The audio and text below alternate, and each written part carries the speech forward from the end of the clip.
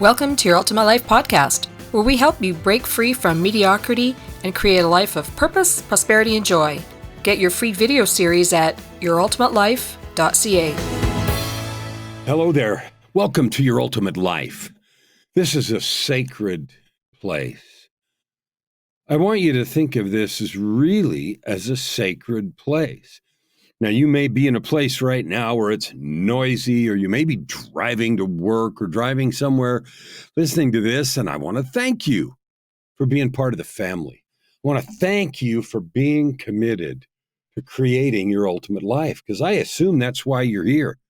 You're here to create a life of purpose, prosperity, and joy by serving with your gifts, talents, your skills, gifts, and life experience. Skills, gifts, and life experience are the key to creating anything you want, but you have to combine them the right way. You know, my wife, my glorious, beautiful angel business partner and companion, she watches cooking shows. And they don't interest me very much, but because she watches a lot, I learn a bit here and there, kind of side learning, right? And here's something I know. If you combine ingredients in the wrong order, like, you don't sift it right when you combine dry ingredients, or you don't stir the liquid ingredients all together first, and then you put the dry ones in, they clump and they don't spread the baking powder or whatever it is evenly. If you do that wrong, you end up with a mess. Your cookies or your cake or your bread or whatever is a mess. And creating your ultimate life can be like that. There's a right, an optimal way to combine the ingredients that go into creating your ultimate life. Now, maybe you think you don't deserve it, and that's what today is. This is episode 877, and every time I say one of those big old honking numbers, it feels amazing, because I think 877, wow, it won't be very long, a year or so, and we're nearly at 1,000, because we do 2 a week. And so I never thought we'd get to 1,000 episodes, and feels to me close, even though 877 is not next to 1,000. But anyway, the key ingredients are your existing skills, and the second ingredient is your natural gifts. The third ingredient is your life experience. And and all those things can be done in a way that's not effective, or they can be done really well. Let's take life experience, for example. If you had a bankruptcy, and from that experience you determined that you're no good, that you can't manage money, that you suck somehow, that people would be angry with you, and you'll be worthless in someone's eyes, then that feeling about that experience is going to keep you chained to the floor. I went through bankruptcy back in the mid-90s. So 30 years ago, that happened. It was not good management on my part. It was some mistakes that I made, and I went through that experience, and it was scary for me. Later, I had a job at the time, and I didn't lose my job. I was grateful for that. But about 6 years later, no, 8 years later, I think it was 1992, so early 90s, in 98. So about 6 years later, I had an amazing opportunity to go, in the career I was in, to go do something very unusual, special, cool, that kind of stuff. And, in the interview process, I was asked some questions that made me feel like it was important that I disclose the fact that I'd had a bankruptcy 6 years earlier. And, that stuff stays on your credit, at least in the United States, for, I think, 7 years, but I don't remember for sure. Maybe it's 10. But anyway, so I was terrified to say, this is part of my history. It's been 6 years, but it was part of my history. And it turned out not to have an effect. But the very fact that I was scared of it, I choked. My throat was tight. I remember the feeling of thinking, I'm going to screw myself right here, right now, because of this thing. It turned out not to be so, but it was a terrifying thing. And it could easily have kept me from going for that thing because I was afraid that it would hurt me. Now, that happens all the time. That happens all the time where we think there's going to be an outcome, and so we don't try something. Or we try tentatively, we barely dabble, right? So, and that's just one example. Your existing skills, remember the triple helix we've talked about.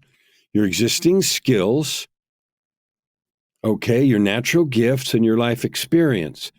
Now, I have a client I was talking to the other day, and he loves that triple helix model, and he thought of another overlay that for him is important, and he called it his values, the things that he values. And to me, that's part of what you've made out of your life experience. But for him, it felt like a separate overlay, and it combined, in his mind, into an even fatter rope that was powerful. It was wonderful to have that conversation and have him use the model that we talked about and then augment it in his own power and good way. So anyway, the question for today is, who do you think you have to be to have your ultimate life, to have a life of purpose, prosperity, and joy? And I mean it in the most expansive way. Purpose, driving, meaningful purpose that gets you up every day, that makes you stoked to be alive and to be about your business. Whether it's a business or whatever it is. You know, I use that in the expansive term. Maybe you have a business, maybe you work in someone else's business, doesn't matter. Your life business, to be about your purpose. Are you stoked every day to be about your business? If you are, then you're wonderful. You already have a purpose. And people, you know, they struggle with that. Who are you? What are you about? What do you stand for? They choke on that word. Do you choke on that? Can you boldly get up and tell me right to my face, Kellen, this is my business. This is what I'm about. This is my purpose. If you can't, you're missing half the fun of life. Because I can tell you, having a purpose that you declare, that you own, that you live into, that you love, is powerful stuff. Whoa, it's just amazing. So go through the work to get a purpose. And again, any of these things, if you want my help, this is my life work. My life work is to help you get your ultimate life, however you define it. Now, I use purpose, prosperity, and joy, but you might use different words. In fact, you probably do, because we all have nuances, right, that words mean for us. A lot of people tell me freedom, and they think that money and, you know, that kind of thing buys freedom. And so that's the construct. But what are your words for your ultimate life? What are they? Do you have them? Who do you think you have to be to have a life that is exactly like you want it, where you have a driving passion and purpose, the thing you're meant to do, cut out to do, love to do, want to do, yearn into? Who do you think you have to be to have that? A lot of times, people think, I have to be there. In other words, in order to be able to have that ultimate life, I've got to be at the top of the mountain, whatever your mountain is. That feeling right there is what has driven people to suicide and to have mad desire to have wealth and do anything at all costs to get somewhere they thought they were supposed to get. And somewhere, I'm using air quotes. Life is not a destination, it is a journey. And the joy is the journey. Development and growth is obviously a mountain without a top, right? We're not perfect. We never will be. We're on our way to be like our creator or some divine idea that we have in our mind. And that joy is the journey. And in order for that journey to be joyful, we got to get rid of a lot of preconceived notions, because we have this idea that who do you think you have to be? Well, I have to win. I have to be there. I have to be accomplished. I have to have all this cash. I have to drive this or live there or whatever. And I can tell you from personal experience and from many others, making a boatload of cash is not the answer. Because I know lots of people with a boatload of cash, including how I used to be, that are miserable and turn to other sources for amusement and fun, crazy vacations and lots of things and substances and wild parties and other things because they're trying to fill a hole. You know what fills the hole? Love and service. Every time, all the time, because that's how we are built. We are made to love and serve. And anything less than that or different than that is not fully satisfying. Now, you can disagree if you want, but that's my experience. Love and service of our own being, finding a purpose and then loving and serving those around us, adding good to the world with our life purpose. That is the optimum, the ultimate, the power, the end, the be all, whatever you want to describe. Anyway, so who do you think you have to be? Do you think you have to be perfect? Do you think you have to have a certain number of followers on social media? Do you think you have to have a certain income level? Do you think you have to have certain acknowledgments, certain degrees on the wall, 2 or 3 or 4 gold or platinum albums? If you're a musician, I'm a musician. I don't have any gold albums yet, but I'm going to. But I don't think, and here's the thing, I don't think that gold or platinum album on the wall is going to make me a better person. Just like a certain amount in the bank account doesn't make me more worthy. It's just a piece of accomplishment. It's funny because I have a client. It's not a client. Used to be a client in the recording studio who went on and earned some gold albums. And he never gave me one. He said, I owe you one, but we never got around to getting them. So I was a recording engineer for some of the work. I could have gotten some gold albums on the wall that I participated in, and I don't have them. I will have them, but they'll be for my music, not just because I was an engineer. But it doesn't matter. I don't think that makes me somebody important. So this is a real question for you to consider deeply. Who do you think you have to be? Is it money? Is it position? Is it recognition? Is it a certain level of success? A certain level of coolness? A certain number of people that have said to you, wow, you're amazing? A certain number of TEDx talks? A certain position in a company, titles? All that stuff is fun and interesting. It might open doors and make connections for you, but it doesn't change the worth of your soul. Ever. I know personally people who have been through amazing hardships and trials that would rattle your teeth and freeze your blood.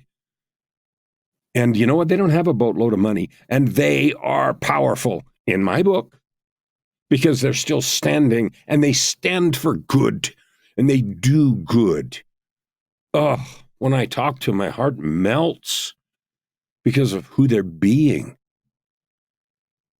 So the question to start with here, and we're going to talk the rest of the episode about it, is who do you think you have to be to have your ultimate life? A life of purpose, prosperity, and joy.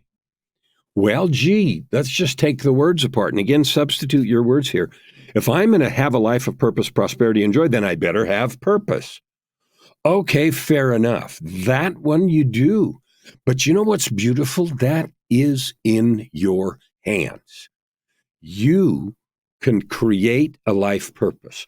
Now, my triple helix process of using your existing skills, and those are just things you've been selling in the marketplace, whatever degrees or certifications or jobs you may have had, that's a set of skills you have. You may have other skills that, outside of your profession, but all the skills you have are one element. The gifts you have, your ability to listen, your empathy, your artistic nature, your musicianship, if you're a dancer, a writer, a creative expert of some kind, the natural gifts that you have and that you have developed, some or a lot, that's another piece. And the third thing is your life experience, and that's actually the most important because the life experience you have is what shapes you. You decide how it shapes you. It shapes you according to your choices. And I always say, your life experiences can ruin you or refine you. Let's go back to the bankruptcy, or let's go to an addiction. I know lots of people who've been through medium and even terrifying addictions. And they come through it and they allow those experiences to refine them and they change who they're being because of those things. Well, if you combine your skills, gifts, and life experience, you can create a life purpose. And it will own you, and it will find you, and it will envelop you, and it will light you on fire, and it will make you dance and sing every day. And if you don't have that yet, let's talk, because I can help you get that. You have every right to have it, a passion, a purpose, a fire, a desire. You can have that thing. So yes, you need a purpose, however you want to describe that. The second thing, purpose, prosperity, and joy, you need to create prosperity. Now, this is a big bugaboo for a lot of people because they think, well, I got to have a certain amount of money. I got to have a certain amount of cash before I'm there, right? I mean, I can't be like blissfully fulfilled if I don't have, at least X amount of cash, 1 million, 2 million, 10 million, 100,000, depends on where you live, 100 million. Then I'll be happy when I have that. That is a poison pill. When I was studying martial arts diligently, which is decades of work that I love, but when I was studying that diligently, I had a book. I had many, many books, and I still have them. But one of them was a book of Kung Fu meditations and Chinese proverbial wisdom. And it's full of the kinds of sayings that you imagine when I say that name, right? And one of them said, he who knows that enough is enough will always have enough. Now, like all of those sayings, they're layered, right? The cone, what's the sound of one hand clapping and that sort of stuff. And you can think about them and should, and they go deep and wide and long. And he who knows that enough, or she who knows that enough is enough, will always have enough. That flies in the face of the pursuit of more. I got to have more. When I have more, I'll be there. More money, more recognition, more coolness, more. And I say the word like that on purpose because it's a poison. It's a dirty word. It dirties up your desire. It dirties up your conscience, your activities, and often drives people to either neglect things that are important and they lose balance in life. And sometimes it drives people to do shady or illegal or things that gets them into trouble later, spiritually, physically, maybe legally, but just pushing for more. He who knows that enough is enough will always have enough. Now, having said that, I am absolutely all in favor of you creating all the cash you want, all the cash you need. Prosperity means prosperity of cash, as well as prosperity of other things, prosperity of health, prosperity in relationships, prosperity of love, prosperity of tenderness, of kindness, of compassion, of forgiveness. Prosperity means having an abundance of. Well, I use just the word prosperity because it goes across all those things, mentally, spiritually, emotionally, physically. Now, there are bounds. If you were, like I was born with eyes that don't work very well. My vision's 2,500. And there are people that are born without limbs or with certain challenges. Well, the prosperity that I can have in vision is limited to my busted eyes plus whatever the state of medical advancement for eye stuff is. Right now, I wear weird contact lenses that are so big, if you're watching the video, they go clear out to the whites of the eyeball. They're called scleral lenses because the white of the eye is called the sclera. And I have to wear them because my corneas are mush. They can't hold a shape, and so glasses don't work. I see double, and other kinds of contacts for the same reason. So these are very big, very steep, hard contact lenses. So my prosperity and vision is limited to my eyes. I can't have any of the surgeries. Everybody always suggests that. I'm not a candidate until I have a surgery to get new corneas, which, is a last resort sort of thing for people with keratoconus. So I'm limited in terms of my visual acuity to the state of the art of that kind of correction. But that's still awesome, massive prosperity. Like that doesn't limit the prosperity of soul, of influence, of impact. It has never gotten in the way of me loving someone. It has never gotten in the way of my coaching, my ability to lift and bless and encourage you. It's never gotten in the way of any of that. So those imagined limitations are only imaginary. So you need purpose, you need prosperity. But again, like purpose, prosperity is yours to create. You're an infinite creator and you have the ability right here, right now to start creating and to create anything you want. And again, I plead with you, if you want my help, let's talk. Because I've walked all these roads and I know exactly how it works. And I can help you, if you want, to get those things. Life purpose, achieving prosperity. And the third one is joy, purpose, prosperity, and joy. Now, again, I'm hoping you're using your words. Joy is also something under your control or my control. So you notice that all of the elements to have an ultimate life, purpose, prosperity, and joy are under my control. Now, when I say prosperity and joy are under my control, that recognizes a fundamental truth, which is I have to do things. Gold bars don't come in an Amazon box. Happiness pills don't come from the pharmacy. And those that do don't last and don't work very long. Okay, I've struggled with depression all my life. My upbringing and maybe my chemistry in the body and abuse and early experiences have created this huge black hole of depression that I lived in without doing anything about it for decades. And finally, at age 52, I began to, because of the story, you know what happened when I was 52. In 2007, I began to take ownership of my life and do the very things that I'm talking to you about. And then I've experimented with all things, antidepressants, therapy, and counseling, and meditation, and boatloads of other stuff. And found my own combination of stuff that allows me to overcome all of those challenges and to live in perpetual joy. So purpose, prosperity, and joy are my words. All three of them are under my control, and they're under your control too. Because you're just as smart as me, you're just as capable as me, and there's nothing special about me. You're a divine being. You came from the same God. You have the same opportunities. Now, your limitations may be different. My ears are busted. My ears, I have hearing challenges and have hearing aids. My eyes are struggling. I have some arthritis, blah, blah, blah, blah, blah. So those are some boxes, limitations that we live in. But that doesn't prevent purpose, prosperity, and joy. How many motivational speakers have you seen that have been through accidents that have one limb or, this limb gone or that problem, and they've overcome those challenges? Why? Because they decided to. They weren't limitations. So again, who do you think you have to be? Now, I hope that you see that nothing has to get in your way unless you let it. So then the next question is, what is stopping you? What is keeping you from living in utter and absolute joy every day? Can you tell me that? What is it? Because if you don't live in absolute joy every day, then something's keeping you there. Something's, keeping you away from the beautiful meadow of sunshine on your face, in your soul. Sunshine on your day.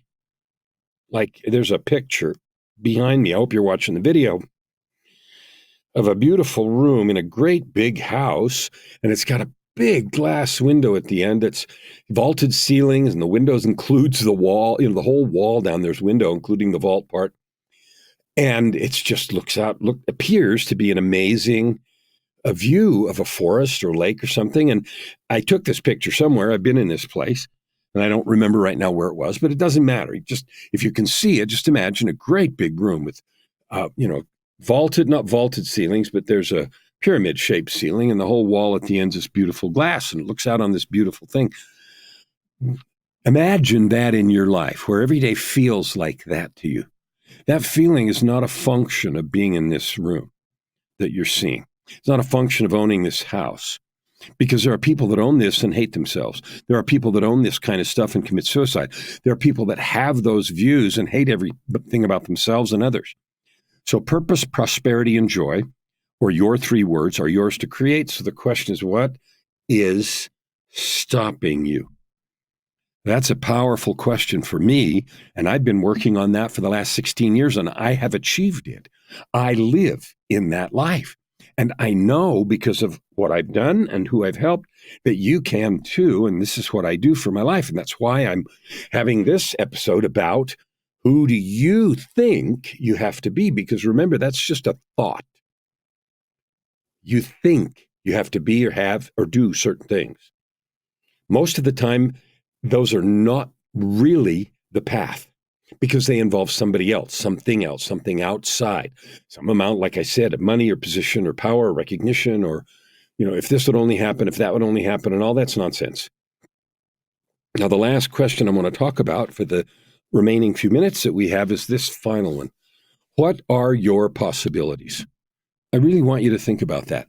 If you eliminated every negative belief, every negative thought, because remember I said, who do you think you have to be? So every thought that is outside of you, so-and-so has to do this. They have to forgive me. I have to forgive them. I have to get over this thing that happened to me. If that thought disappeared, like that is your story right now, and that's okay. We all have stories. But if that story vanished, and you didn't have to forgive anybody, or you chose to forgive everything in your way, like forgive yourself for every mistake, forgive everybody else for everything they've ever done. You chose to realize that you're a divine being and that you don't have to limit yourself in any way. You can create prosperity right now. Your skills, your gifts, your life experience will allow you to make a contribution to the world that will create boatloads of cash. Now, yes, you have to do the work to identify it, to package it, to create some kind of product or service. But that's what every single one of my clients are doing. They're examining their lives and saying, I'm going to write this book, or I'm going to create this course, or I'm going to help this group of people. I want to speak. I'm going to go on stages. But people that have that yearning, it's because they've realized that their skills, gifts, and life experience can be combined in a powerful, special recipe. I talked about recipes earlier. Combining those in the right way is like putting together the chocolate chip cookie of the universe in the right order, baked at the right temperature so that it's the most awesome thing in the world. And if you hate chocolate chip cookies, then think of your favorite thing, the best pizza or the best salad. It's got all the succulent and beautiful ingredients so that it's put together well and you just drool at the thought of it. Well, how about your life? Wake up every day drooling at the thought of your opportunities, your possibilities, what you can do to add good to the world, who you can love, who you can serve. Your possibilities are infinite. So I have 3 invitations as we wind up for you. One is www.yourultimatelife.ca. Go there, sign up, get the free stuff. It doesn't cost money, but it will cost work. But go get it anyway. And then get busy because they're the 5 master keys to achieving your ultimate life. Second, if you'd like to chat, I want to talk to you. I love meeting people. I love people. That's a skill I've developed. I didn't used to. Oh, I used to be scared and hate the whole process. Now I love it. Love, love, love, love, love it. Okay, that's the second invitation. Let's connect. And the third is make a commitment to yourself right now that you're done with limitation, that you're done with stories, that you're done making excuses about why you can't, and that all those things outside of you that you've been blaming, they're nonsense. Take control of your life right here, right now. So 1, www.yourultimatelife.ca. Go there, get the free stuff. 2, if you'd love to talk, I'd love to meet you. This is an open invitation. And number 3, slam your foot down, your fist down, or whatever it takes to make it real for you so that you decide right now you're going to take control of your life. You can have your ultimate life if you want it. And I don't know who wouldn't. Happiness every day, joy and excitement, and the ability to add good to the world and create your purpose, prosperity and joy, freedom to do and be anything you want. It's yours. I know it. I experience it. I've created it and helped others do the same. I love you. I invite you with all my heart to own this truth. I can't wait to meet you. Don't put it off. Don't put any of those three things off. Move forward. It's your life. Take control so that you will create, enjoy, and just lusciously participate in your ultimate life. Open your heart and this time around, stand. Thank you for listening to today's episode. We hope that you take it deeply into your heart and decide for yourself how you can create anything you desire. If you like what you heard, please subscribe to this podcast and share it with your friends. As always, we'd love to hear your feedback and topic suggestions. Until tomorrow, this is Your Ultimate Life with host Kellen Flukiger. Stand with your heart in the sky.